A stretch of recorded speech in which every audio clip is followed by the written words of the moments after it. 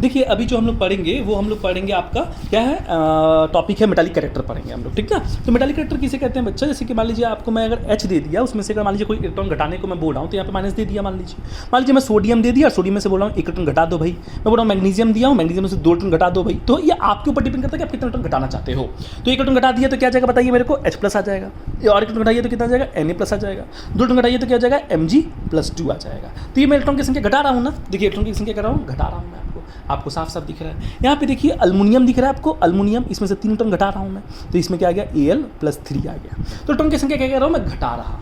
जब मैं घटाऊंगा तो ऑब्वियसली जब यहाँ पर माइनस है तो जब निकालूंगा यहाँ से इलेक्ट्रॉन तो आपको मालूम है कि प्रोटॉन की संख्या क्या हो जाएगी, बढ़ जाएगी। आप खुद सोचिए, एक थोड़ा सा जैसे मैं सोडियम लिखता हूँ, सोडियम में से मैं बोलता हूँ कि सोडियम की एटॉमिक सोडियम का प्रोटॉन, सोडियम लिखा हूँ मैं, सोडियम में प्रोटॉन की संख्या कितनी बताइए मेरे को, 11 है। इलेक्ट्रॉन की संख्या कितनी बताइए, 11 है। आप बोलते कि एक इलेक्ट्रॉन घटा दो, तो चलो घटा दिया। मान लो इलेक्ट्रॉन, एक इलेक्ट्रॉन मैं इसमें से माइनस कर दे रहा हूँ, देखिए माइनस कर रहा हूँ मैं, ठीक ना, माइनस कर दे रहा हूँ। मान लिए सोडियम लिया, एक इलेक्ट्रॉन माइनस कर दिया, तो कितने इलेक्ट्रॉन बचेंगे बताइए मेरे को, इलेक्ट्रॉन की संख्या कितनी होगी, Na+, तो की संख्या कितनी होगी बताइए, 10 होगी ना, कितनी होगी, 10 होगी ना इलेक्ट्रॉन की संख्या। तो देखिए इलेक्ट्रॉन की संख्या घट गई ना, तो प्रोटॉन की संख्या बढ़ गई ना। प्रोटॉन का चार्ज क्या होता है, पॉजिटिव चार्ज होता है। इलेक्ट्रॉन का चार्ज क्या होता है, नेगेटिव चार्ज होता है। तो बताइए मेरे को अब पॉजिटिव चार्ज की संख्या जाती है कि नेगेटिव चार्ज की संख्या जाती है, सर पॉजिटिव चार्ज की संख्या जाती है। इसीलिए बेटा किसी भी जब एटम से आप इलेक्ट्रॉन घटाते हो ना बेटा, तो उस समय प्रोटॉन की संख्या बढ़ जाती है और इलेक्ट्रॉन की संख्या घट जाती है। इसीलिए किसी भी मेटल के ऊपर या किसी भी एटम के ऊपर जब आप इलेक्ट्रॉन घटाते हो तो उसके सर पे जो चार्ज आता है वो क्या आता है, प्लस का चार्ज आता है। इसका मतलब क्या हुआ, हमको ये पता चल गया सर इसमें कि सर जितने भी मेटल्स होते हैं उसमें जब हम लोग इलेक्ट्रॉन घटाते हैं तो क्या आती है, पॉजिटिव चार्ज आती है। और इसी पॉजिटिव चार्ज को हम लोग क्या कहते हैं बेटा, एक याद रखिएगा, इस केस में सिर्फ हाइड्रोजन वाले केस में याद रखिएगा। अब हाइड्रोजन में होता क्या है मालूम है, एक ही प्रोटॉन होता है और बेचारे के पास एक ही इलेक्ट्रॉन होता है। उसमें से आपने एक इलेक्ट्रॉन घटा दिया तो अब इलेक्ट्रॉन की संख्या 0 बच गई, अब बच गया सिर्फ आपका प्रोटॉन बच गया। तो अगर आपसे कोई पूछ दे कि प्रोटॉन को क्या हम लोग H+ कह सकते हैं, तो बेशक हम लोग प्रोटॉन को H+ कह सकते हैं। जिसमें एक प्रोटॉन की संख्या है उसको हम लोग आराम से प्रोटॉन कह सकते हैं। तो याद रखिएगा H+ को हम लोग कभी का माने H+ is also called as proton, तो इसको हम लोग प्रोटॉन भी कह सकते हैं। पर सोडियम को, मैग्नीशियम को, एल्युमिनियम को मत कहिएगा प्रोटॉन, ठीक ना, क्योंकि इसमें देखिए इसमें प्रोटॉन की जो संख्या है काफ़ी ज़्यादा है। आपको मालूम है ना किसी भी प्रोटॉन किसे कहते हैं, जैसे मान लीजिए प्रोटॉन जो एक पॉजिटिव चार्ज होता है, पर इसमें बहुत सारे हैं, इसलिए आपको इसको प्रोटॉन तो नहीं कह सकते, पर आप इसको कटायन जरूर कह सकते हो। हाइड्रोजन भी एक कटायन है, but hydrogen is regarded as proton. ये हमारे क्या है, हमारे कटायंस हैं हमारे, ठीक, याद रखिएगा, भूलिएगा नहीं। चलिए ये एक चीज़ हो गया हमारा।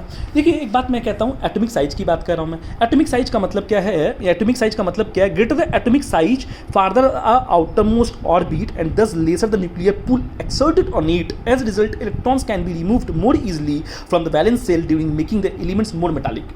वो क्या बोलना चाह रहा है, वो बोल रहा है एटॉमिक साइज जो होती है, देखिए ध्यान से मैं क्या बोलना चाह रहा हूँ इसमें, मेरे बोलने का मतलब देखिए top to bottom, top to bottom, top to bottom atomic size क्या होती है, इंक्रीज करती है। जब top to bottom atomic size increase करती है ना, तो मेटालिक कैरेक्टर क्या होती है, इंक्रीज करती है। क्या होती है, मेटालिक कैरेक्टर क्या होती है, इंक्रीज करती है। मेटालिक कैरेक्टर क्या होती है, इंक्रीज करती है।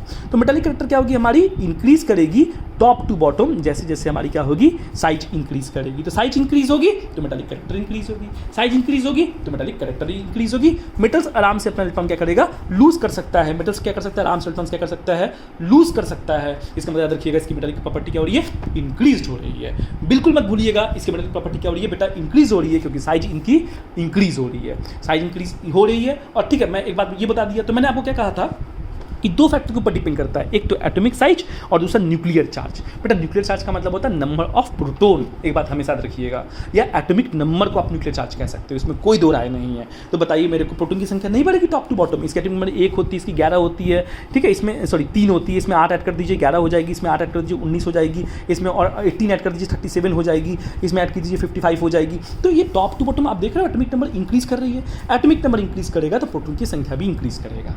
जब एटॉमिक नंबर इंक्रीज करेगा तो प्रोटॉन की संख्या भी इंक्रीज करेगी, तो साइज भी इंक्रीज करेगी, और साइज इंक्रीज करेगी तो बेटा याद रखिएगा इलेक्ट्रॉन्स आराम से निकल जाएंगे, क्योंकि देखिए यहाँ पे पॉजिटिव चार्ज है, यहाँ पर भी पॉजिटिव चार्ज है, यहाँ पर भी पॉजिटिव चार्ज है, यहाँ पर भी पॉजिटिव है, यहाँ पर भी पॉजिटिव है, यहाँ पर भी पॉजिटिव है। पर आपको मालूम है ये इलेक्ट्रॉन्स और ये पॉजिटिव के बीच में जो फोर्स ऑफ अट्रैक्शन है वो बहुत कम है, इलेक्ट्रॉन आराम से बाहर निकल सकता है। इसका मतलब ये हुआ कि top to bottom ionisation potential या आयनेशन एंथैल्पी, आयनेशन एंथैल्पी किसे कहते हैं बेटा, मैं बार बार कह रहा हूँ, इस इलेक्ट्रॉन को निकालने के लिए जो अमाउंट ऑफ एनर्जी लगेगी उसी को आयनेशन एंथैल्पी कहते हैं, तो वो कम लगेगी कि top to bottom size increase हो रही है इसलिए, ठीक है। चलो ये समझ में आ गया आपको। अब चलते हैं हम लोग नॉन मेटालिक कैरेक्टर के बाद चलते हैं। नॉन मेटालिक कैरेक्टर किसे कहते हैं? सिंपल सी बात है, मेटल्स के जो उल्टे होते हैं उसको नॉन मेटल्स कहते हैं। मेटल की प्रॉपर्टी क्या होती है? इलेक्ट्रॉन लूज करना। मेटल की प्रॉपर्टी क्या होती है? Top to bottom size increase करना। मेटल की प्रॉपर्टी क्या होती है? मेटल की प्रॉपर्टी कलर भी शो करती है। देखिएगा ये थोड़ा एक्स्ट्रा पॉइंट बोला मैं, मेटल क्या होता है? कलर फॉर्मेशन भी करता है, कलर शो करता है। जब किसी मेटल को आप लोग हीट कीजिएगा ना तो उसमें से याद रखिए कलर शो होता है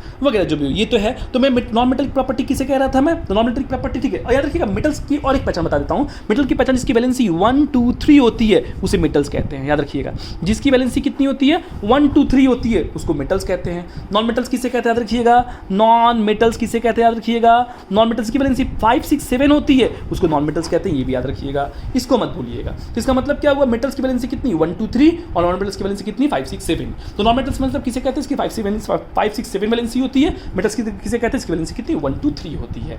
ठीक है, ये भी मत भूलिएगा। आगे समझ में इतना। अब देखिए जैसे एग्जांपल आपको देता हूं मैं, जैसे मैं आपसे पूछूंगा, ठीक है, एक एक्सेप्शन केस बता देता हूं मैं। कार्बन की वैलेंसी कितनी होती है ना? 4 होती है, पर वो भी एक नॉन मेटल है, याद रखिएगा, भूलिएगा नहीं, ठीक ना। अब इसे देख लीजिए, मैं एग्जांपल देता हूं। Carbon, nitrogen, oxygen, fluorine, chlorine, bromine, iodine, ठीक ना। नाइट्रोजन के नीचे क्या आता है? हमारा फास्फोरस आता है, ऑक्सीजन के नीचे सल्फर आता है। ये सब जितने भी मैं लिख रहा हूं ना, ये सब के सब नॉन मेटल्स, याद रखिएगा, सब के सब नॉन मेटल्स। इनकी वैलेंसी कितनी? 4 है, इसी कितनी 5 है, इसी कितनी 6 है, इसकी कितनी 7 है। तो मैं पहले भी कह चुका हूं जिसकी 5 6 7 होती है वो नॉन मेटल्स होते हैं, और जिसको 4 में सिर्फ एक कार्बन ही एक्सेप्शन केस है जो हमारा क्या होता है? नॉन मेटल में काउंट होता है। नॉन मेटल याद रखिएगा क्या होता है। नॉन मेटल की कहानी अब देखिए, मैं पहले भी कह रहा हूँ, मैं बार बार कह रहा हूँ आप लोगों को, मेटालिक प्रॉपर्टी पढ़ो बेटा, नॉन मेटालिक प्रॉपर्टी पढ़ो बेटा, एडिशन एंथैल्पी पढ़ो, इलेक्ट्रॉन एफिनिटी पढ़ो, जो पढ़ना है पढ़ो। तुमसे अगर पूछ दे कोई क्वेश्चन कि व्हाट फैक्टर गवर्न्स, कौन से फैक्टर गवर्न करते हैं हमारे मेटालिक प्रॉपर्टी को, तो आप लोग हमेशा 2 ही आंसर बोलिएगा। एक बोलिएगा एटॉमिक साइज और दूसरा बोलिएगा न्यूक्लियर चार्ज। बस ये 2 बात पे सब कुछ खत्म हो जा रही है। एटॉमिक साइज और न्यूक्लियर चार्ज पे 2 बातें सब खत्म हो जा रही है, ये बात भूलिएगा नहीं। देखिए ध्यान से यहाँ पर मैं लिख रहा हूँ, जैसे कि मैं अब आपको बताता हूं। मैं सेकंड पीरियड की बात करता हूं। जैसे देखिए यहाँ पे आप देख सकते हो, यहाँ पर देखिए यहाँ पे लिखा हुआ है lithium, beryllium, boron, carbon, nitrogen, oxygen, fluorine. देखिए पूरे के पूरे नॉन मेटल्स हैं, ये हमारे मेटालॉइड्स है, ये हमारे मेटल्स हैं। तो लेफ्ट टू राइट क्या होती है? मेटालिक प्रॉपर्टी घटती है, नॉन मेटालिक प्रॉपर्टी इंक्रीज होती है। तो ये नॉन मेटल्स हैं, ये मेटल्स हैं, ये मेटालॉइड्स है। तो इसको बिल्कुल मत भूलिएगा, याद रखिएगा इसको। चलिए ये हो गया हमारा, ठीक है। चलिए ठीक, हाँ लेफ्ट राइट बता दूं मैं थोड़ा सा। नॉन मेटल कैरेक्टर क्या होगी? देखिए रखिएगा, मैं पहले भी कह रहा हूँ, नॉन मेटल्स की साइज क्या होती है? छोटी होती है। नॉन मेटल्स क्या होता है? इलेक्ट्रॉन गेन करता है, ये सब बात भूलिएगा नहीं, ठीक ना। नॉन मेटल्स में क्या होती है? आउटर मोस्ट शेल में 5 6 7 इलेक्ट्रॉन्स होते हैं। जिसके आउटर मोस्ट शेल में 5 6 7 इलेक्ट्रॉन्स होंगे उसे नॉन मेटल्स कहेंगे। जिसकी साइज छोटी होती है उसे नॉन मेटल्स कहेंगे। जो इलेक्ट्रॉन लेना पसंद करता है, देना नहीं पसंद करता, उसको हम लोग नॉन मेटल्स कहते हैं। तो ये सब बात बिल्कुल मत भूलिएगा बेटा, ये सब आपको काम देगा। चलिए एग्जाम में, ठीक है, ये हो गया। उसके बाद मैं चलता हूँ, ठीक है, थोड़ा सा मैं ऑक्साइड्स की बात कर दूँ। ऑक्साइड्स की बात कर दूं थोड़ा सा, जैसे कि मान लीजिए अगर मैं किसी मेटल को अगर ऑक्सीजन से रिएक्ट करवाऊंगा तो उसे हम लोग कहते हैं मेटल ऑक्साइड कहते हैं। किसी नॉन मेटल को अगर हम ऑक्सीजन से रिएक्ट करवाएंगे तो उसे हम लोग कहेंगे नॉन मेटालिक ऑक्साइड कहेंगे। Non metallic oxide, non metallic oxide कहेंगे, नॉन मेटालिक ऑक्साइड कहेंगे उसको। तो याद रखिएगा, किसी मेटल को अगर रिएक्ट करवाइएगा तो उसे मेटालिक ऑक्साइड कहिएगा, किसी नॉन मेटल ऑक्साइड रिएक्ट करवाइएगा तो नॉन मेटालिक ऑक्साइड कहिएगा। मेटालिक ऑक्साइड को हम लोग याद रखिएगा बेसिक ऑक्साइड भी कहते हैं। क्या कहते हैं? बेसिक ऑक्साइड भी कहते हैं। क्या कहते हैं? बेसिक ऑक्साइड भी कहते हैं। और याद रखिएगा नॉन मेटालिक ऑक्साइड को हम लोग एसिडिक ऑक्साइड भी कहते हैं। क्या कहते हैं? एसिडिक ऑक्साइड भी कहते हैं। तो किसी भी नॉन मेटल, बेटा नॉन मेटल जैसे कि आप ले लीजिए कार्बन ले लीजिए, कार्बन से फिर आप कार्बन ले लीजिए, उसके बाद आपका जो हमारे एलिमेंट्स बच गए, कार्बन के बाद हमारे कार्बन बच गए, उसके बाद क्या हो गया? नाइट्रोजन हो गए, ऑक्सीजन हो गए, सल्फर हो गए, फ्लोरीन हो गए, क्लोरीन हो गए, ब्रोमीन हो गए, आयोडीन हो गए, जितने भी है ना ये सब के सब हमारे क्या है? नॉन मेटल्स हैं। अगर नॉन मेटल्स का रिएक्शन अगर ऑक्सीजन के साथ होता है ना बेटा, तो याद रखिएगा वो क्या बनाता है? एसिडिक ऑक्साइड बनाता है। क्या बनाता है? एसिडिक ऑक्साइड बनाता है। क्या बनाता है? एसिडिक ऑक्साइड बनाता है। और किसी भी मेटल का रिएक्शन ना बेटा, मेटल मतलब आप कोई भी ले लीजिए बेटा, ग्रुप नंबर 1 वाला एलिमेंट ले लीजिए या ग्रुप नंबर 2 वाला एलिमेंट लीजिए। ग्रुप नंबर 1 में कौन कौन से एलिमेंट्स आते हैं बताइए? ग्रुप नंबर 1 में हमारे आते हैं लिथियम आता है, सोडियम आता है, पोटेशियम आता है, हाँ बेरिलियम आता है, मैग्नीशियम आता है, कैल्शियम आता है। ये जितने भी है ना ये सब के सब मेटल्स हैं। अगर ये मेटल्स हमारे ऑक्सीजन से रिएक्ट करेंगे तो ये हमारे क्या बनाते हैं? बेसिक ऑक्साइड बनाते हैं। क्या बनाते हैं? बेसिक ऑक्साइड बनाते हैं। और याद रखिएगा बेसिक ऑक्साइड को जब अगर आप पानी से रिएक्ट करवाइएगा ना, H2 से रिएक्ट करवाइएगा ना बेटा, तो देखिएगा ये बनाता क्या है? बेस बनाता है। क्या बनाता है? बेस। और जब ऑक्सीजन जो है ना हमारा जो एसिडिक है ना, ऑक्सीजन से रिएक्ट करवाने के बाद नॉन मेटल का ऑक्सीजन से रिएक्ट करवाने के बाद क्या बना? एसिडिक ऑक्साइड बनाना। इसको अगर आप पानी से रिएक्ट करवाइएगा ना तो क्या बनाएगा बताइए? एसिड बनाएगा। क्या बनाएगा? एसिड्स। तो ऐसे ही बातें हैं जो आपको याद रखनी पड़ेंगी, भूलिएगा बिल्कुल नहीं। मैं एक चीज़ आपको लिख देता हूँ, देखिए ध्यान से, यहाँ पर कुछ चीज़ें मेटल्स होते हैं, कुछ चीज़ें नॉन मेटल्स होते हैं। आप यहाँ पे साफ साफ देख पा रहे होगे, देखिए मैंने यहाँ पे क्या लिखा है, सोडियम लिखा है, magnesium, aluminium, silicon, phosphorus, sulphur, chlorine लिखा है। इन सब के ऑक्साइड्स लिखे हुए हैं। बेटा मैं बता देता हूँ पहले ही कि हमारा मालूम है टॉप टू बॉटम क्या होती है, मेटालिक कैरेक्टर क्या होती है, डिक्रीज होती है। तो आपको मालूम है ना, सोडियम सबसे ज़्यादा मेटालिक है, देखिए स्ट्रॉन्ग बेसिक। फिर मैग्नीशियम की बेसिसिटी थोड़ी सी कम होती है, तो क्या हो गया, बेसिक हो गया। याद रखिए एम्फोटेरिक का मतलब क्या होता है, जो बेसिक और एसिडिक ऑक्साइड दोनों बनता है ना, उसको हम लोग एम्फोटेरिक ऑक्साइड्स कहते हैं। जो पानी में डालने के बाद एसिड का भी काम करे और बेस का भी प्रॉपर्टी शो करे, उसको हम लोग एम्फोटेरिक ऑक्साइड्स कहते हैं। सिलिकॉन जो है वो बहुत ही कम लेस एसिडिक है। P2O5 जो फास्फोरस पेंटाऑक्साइड वो एसिडिक है। SO3 ज़्यादा एसिडिक है। और क्लोरीन की जो ऑक्सीजन है, जो मोस्ट नॉन मेटल्स है, वो हमारा क्या है, एसिडिक है। तो जो मोस्ट मेटालिक है वो स्ट्रॉन्ग बेसिक है, जो मोस्ट नॉन मेटल्स है वो मोस्ट एसिडिक है। ये बात मत भूलिएगा, ये बात हमेशा याद रखिएगा। चलिए, क्लियर कॉन्सेप्ट, इतना भी आपको समझ में आ गया। फिर अब देखिए ध्यान से, अब मैं चलता हूँ, केमिकल रिएक्टिविटी हमारे नहीं है सिलेबस में, ओके, मैं ये नहीं बताऊंगा कि जो है वही करेंगे हम लोग कन्फर्म, ठीक है। और एक बात याद रखिएगा बेटा, यहाँ पे थोड़ा सा मेल्टिंग पॉइंट, बॉइलिंग पॉइंट भी आपके सिलेबस में इस बार नहीं दिया गया है। हाँ, आयनेशन पोटेंशियल की बात करता हूँ मैं, आयनेशन पोटेंशियल की बात करता हूँ, जो बहुत इंपॉर्टेंट बात है। आयनेशन पोटेंशियल किसे कहते हैं, मैं पहले भी कह रहा हूँ, देखिए। तो आयनेशन पोटेंशियल बेटा, amount of energy is required to remove the electron from the outermost shell of an atom. किसी भी बाहर वाले शेल से, किसी भी बाहर शेल से निकाले हुए एटम्स का, देखिए बाहर वाला शेल बनाइए, जैसे बीच में पॉजिटिव हो गया, ये बाहर में एक तो शेल हो गया, इसमें से इलेक्ट्रॉन जो आप निकालेंगे, उसकी जो अमाउंट ऑफ एनर्जी लगेगी, उसको हम लोग क्या कहेंगे बताइए, उसको हम लोग क्या कहेंगे बताइए, उसे हम लोग कहेंगे आयनेशन एंथैल्पी कहेंगे। क्या कहेंगे, आयनेशन एंथैल्पी कहेंगे। तो मेरे कहने का मतलब क्या हुआ, आयनेशन एंथैल्पी किसे कहते हैं बेटा, the amount of energy is required to remove the electron. Electron को रिमूव करने के लिए जो अमाउंट ऑफ एनर्जी लगेगी, उसे क्या कहते हैं हम लोग, आयनेशन एंथैल्पी कहते हैं, ठीक है। अब देखिए ध्यान से, ये मेटल है, ठीक है, देखिए यहाँ पे लिखा भी होता है, देखिए लिखा भी होता है, energy required to remove the electron from a neutral isolated gaseous atom, convert it into positively charged gaseous atom is known as ionisation potential. बेटा गैसियस का मतलब क्या हुआ, यहाँ पे एक टर्म बहुत इंपॉर्टेंट है बेटा, आइसोलेटेड गैसियस एटम।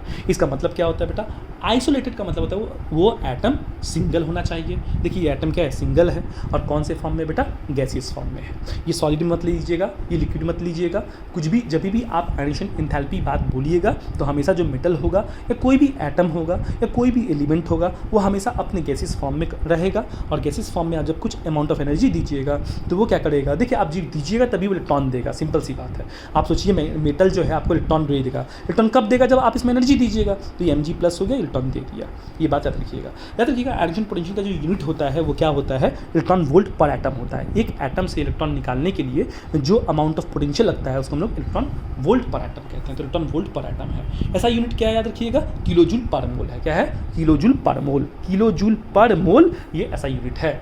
मतलब एक मोल से एक मोल एटम में से अगर आपको क्या निकालना है बेटा, इलेक्ट्रॉन्स निकालना है, तो किलो जूल अमाउंट लगेगा आपको, किलो जूल अमाउंट ऑफ ये आपको हीट देना पड़ेगा। मैं पहले भी कह चुका हूँ कि आयनेशन एंथैल्पी जो है वो दो चीज़ के ऊपर डिपेंड करती है, एटॉमिक साइज और न्यूक्लियर चार्ज के ऊपर डिपेंड करती है। अब बताइए मेरे को, टॉप टू बॉटम जब आपकी साइज इंक्रीज करती थी, जब आपकी साइज जब इंक्रीज करती थी, तो इसमें कम एनर्जी लगेगा ना निकालने में, इसमें और कम लगेगा, इसमें ज़्यादा लगेगा, इसमें और ज़्यादा लगेगा, इसमें और ज़्यादा लगेगा, इसमें और ज़्यादा लगेगा, इसमें और भी ज़्यादा लगेगा इलेक्ट्रॉन को निकालने के लिए, ठीक। तो इसका मतलब ये हुआ कि इसमें से जितने भी एनर्जीज़ हैं, मतलब टॉप टू बॉटम जब हम लोग जाएंगे तो एनर्जी क्या होती है, डिक्रीज्ड होती है, क्योंकि साइज इनकी इंक्रीज्ड होती है। नेक्स्ट पार्ट में मैं आगे आपको पढ़ाता हूँ।